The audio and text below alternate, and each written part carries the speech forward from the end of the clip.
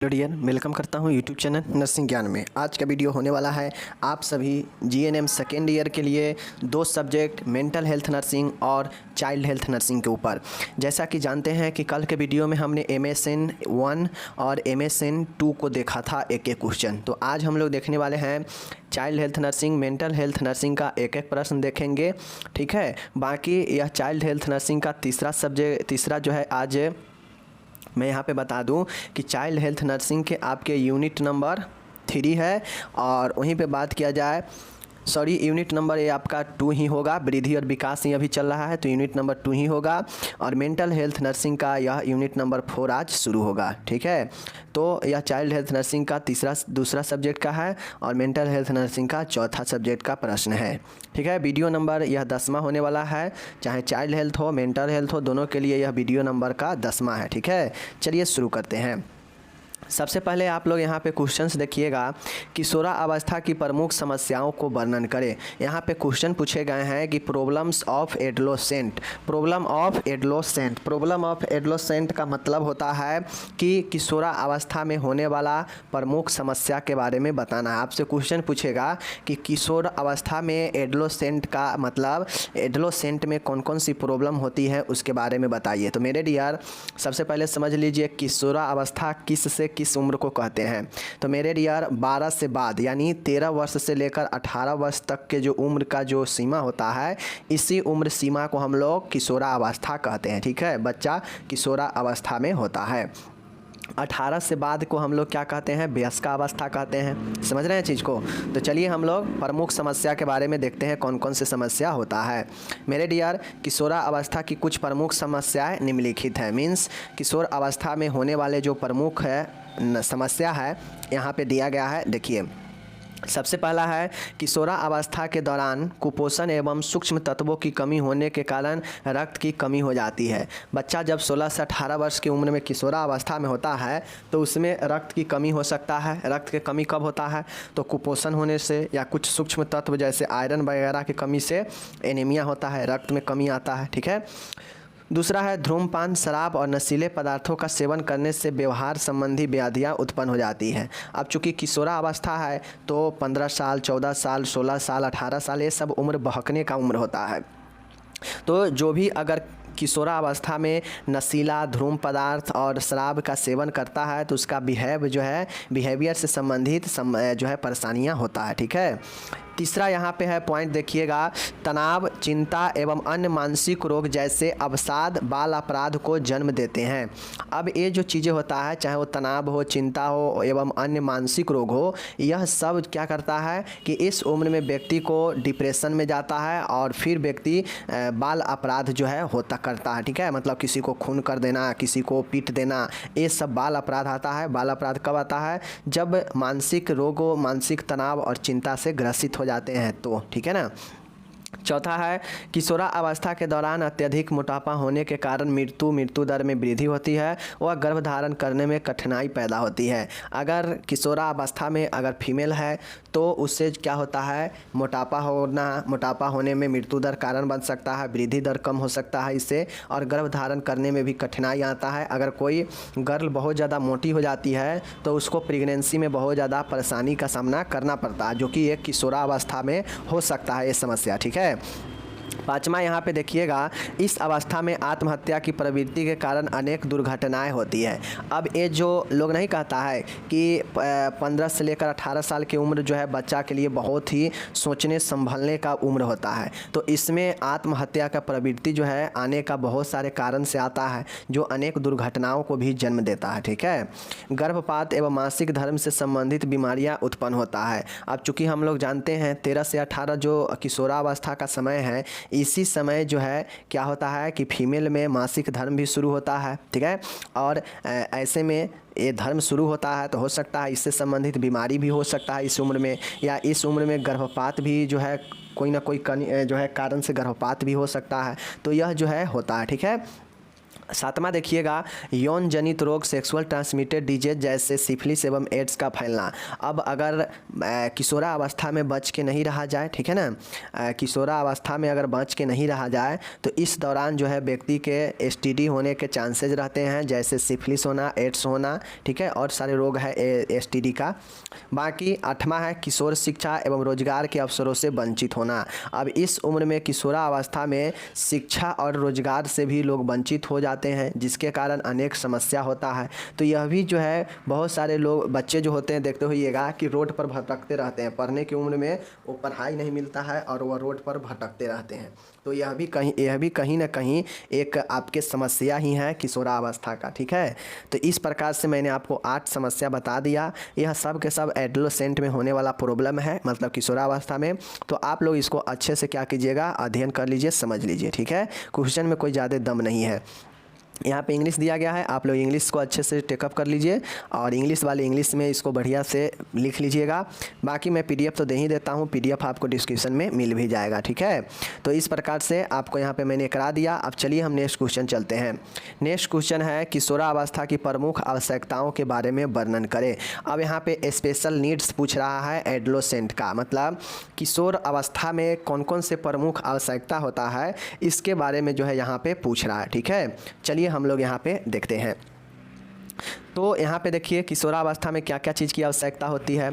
किशोरावस्था की आवश्यकताएं, special needs of adolescents, special needs of adolescent, adolescent मतलब किशोरावस्था की आवश्यकताएं, ठीक है।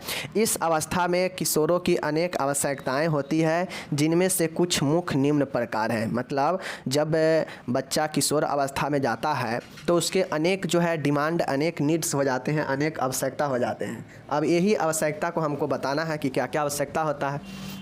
तो चलिए हम लोग यहाँ पे देखते हैं नीचे कौन कौन सी आवश्यकता है, ठीक है। तो यहाँ पे देख लीजिए आपके सामने पहला आवश्यकता है पोषण का आवश्यकता है। अब चूँकि ये जो किशोरावस्था में होता है, जैसे जैसे एज आगे बढ़ता है व्यक्ति का शरीर उतना ही जो है पोषण का, जैसे देखते होइएगा कि जैसे जैसे आगे बढ़ता है तो व्यक्ति का भूख भी बढ़ता है, व्यक्ति का खाने का डोज भी बढ़ता है। क्यों बढ़ता है? इसीलिए बढ़ता है क्योंकि उसके शरीर का आवश्यकता अब बढ़ गया है, उसको अधिक ऊर्जा, अधिक पोषण की आवश्यकता है, इसलिए वह शरीर के हिसाब से भोजन करता है, ठीक है।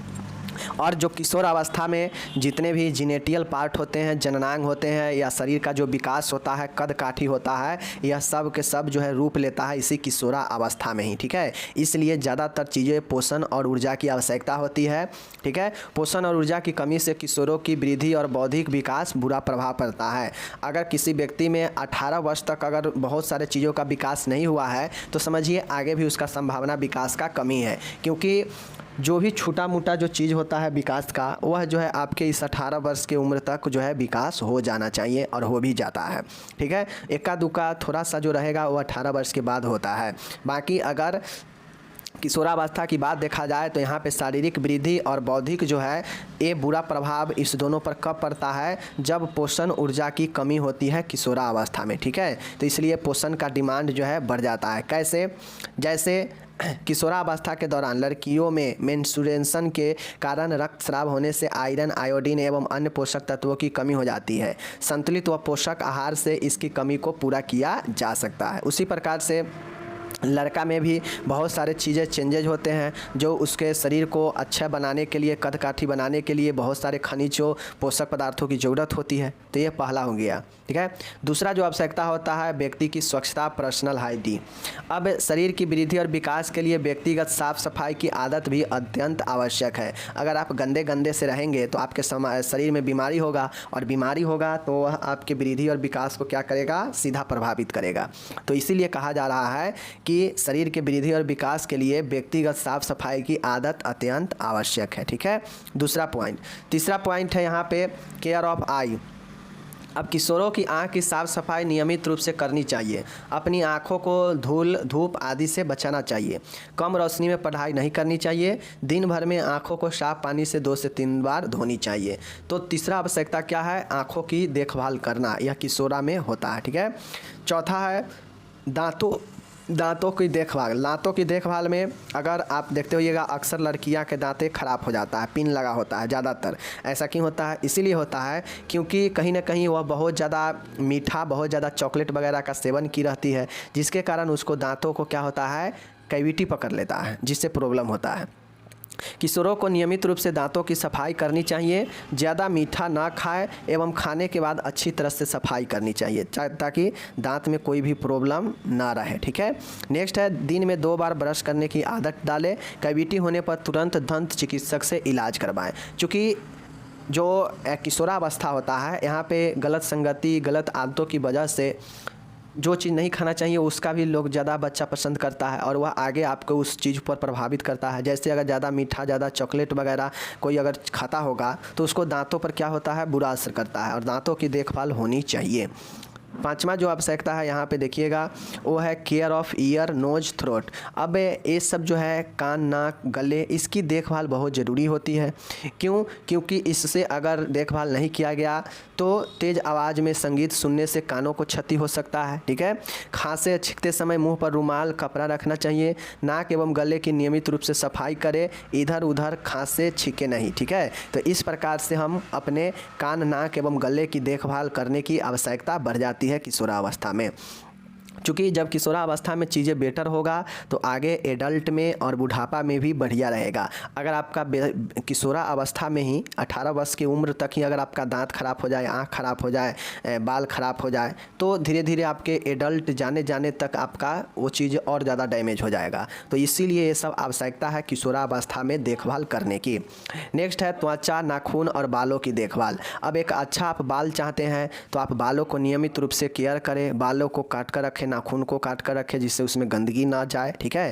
त्वचा को हमेशा साफ और स्वच्छ रखें, सूखी रखें और ये सब जो है आपके इन सब चीज़ों को देखभाल करना अति आवश्यक होता है। तो इस प्रकार से मैंने आपको क्या बताया, ये 6 पॉइंट मैंने आपको बताया। ये 6 पॉइंट सब जो है आवश्यक है किशोरावस्था में, तो इसको आप लोग अपने ध्यान रखिएगा, सबके लिए ज़रूरी है। जो खासकर 13 से लेकर 18 वर्ष की उम्र में जो किशोरावस्था एडोलेसेंट में रहते हैं उनके लिए। ठीक है। चलिए, तो यहाँ पे नीचे आपका इंग्लिश दिया गया है, आप लोग इसको इंग्लिश में देख लीजिएगा और यहाँ पे सभी चीज़ें अच्छे से डिटेल में दिया गया है, इंग्लिश हिंदी दोनों में। आप किसी भी स्टेट से हैं, आपको इंग्लिश में पढ़ना है तो इंग्लिश में पढ़िए, हिंदी में पढ़ना है तो हिंदी में पढ़िए। डिस्क्रिप्शन में आपको लिंक PDF का मिल जाएगा। ठीक है। अब यहाँ पे हम आते हैं दूसरे नंबर का जो हमने यहाँ पे क्वेश्चन रखा है, वो क्वेश्चन हमारा मेंटल हेल्थ नर्सिंग से है, जो कि 4थे नंबर का चैप्टर से है। ठीक है। तो इस प्रकार से यह देखिए, आपका 4थे नंबर का जो चैप्टर आज हम स्टार्ट कर रहे हैं, यह आपका नाम ही है चैप्टर का, उपचारात्मक नर्स मरीज संबंध, मतलब therapeutic nurse patient relationship. Chapter का नाम ही है ये TNPR, इसको शॉर्ट में हम लोग TNPR कहते हैं। ठीक है। यह जो है आपके शॉर्ट में इसका नाम है और यह चैप्टर का नाम भी है उपचारात्मक नर्स मरीज संबंध। समझ गए चीज़ को? इसका विशेषता और इसका लाभ बताना है। ठीक है। इसका हमें विशेषता बताना है और इसका हमें लाभ बताना है। ओके, चलिए हम पहले इसको देखते हैं कि आखिर होता क्या है TNPR। मेरे डियर देखिए, यहाँ पे TNPR लिखा है, उपचारात्मक मतलब थेरेप्यूटिक, नर्स पेशेंट मरीज और रिलेशनशिप मतलब संबंध। ठीक है। तो यही आपका जो है थेरेप्यूटिक नर्स पेशेंट रिलेशनशिप होता है।